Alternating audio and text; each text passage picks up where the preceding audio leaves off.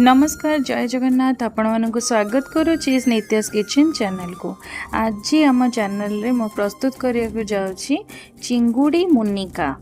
Sorry सजना छुई चिंगुड़ी बेसर मुनिका और सजना छुई दीटा जाक गोटे ही कथा जेहेतु मु ब्रह्मपुर आउ मो शाशुघर कटक तो मोर सब बेले एमती हुए मु जो जिनस गुड़ाक पिला कही कही आसा तो सांगे सांगे परिवर्तन हेनी कि मु चेष्टा करुच्ची चेंज करने आउ मार्केट रे भी मु जो भी बहुत हैरान होची जेतले जी गोटे जिनस कहबी से माने बुझी पारिबेनी जेमिति आमे सजना छुई को मुनिका कहू कखारु को बोईतालु कहू हौ छाड़ू से कथा चलतु आम आज प्रस्तुत करवा चिंगुड़ी झोल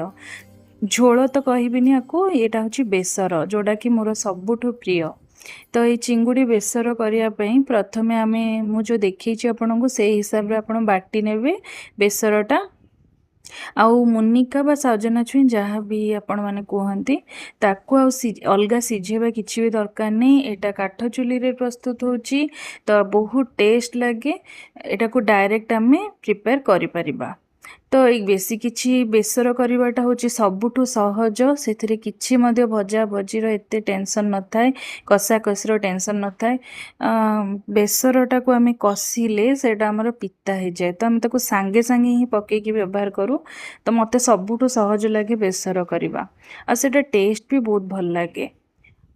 यही बेसरटा आपण मान तो देखौची केमिति कौन प्रस्तुत करुच्ची आपण मैंने देखंतु आउ निहाती यही स्टाइल रे थरे करंतु करि सरी कि मते निश्चय कमेंट रे जणेबे केमिति लागुची। मु आंबुलटा देखैनी पकेया पई पकईची मो आंबुल तो आंबुल मु तीनोटी पकईथिली तो टेस्टटा पूरा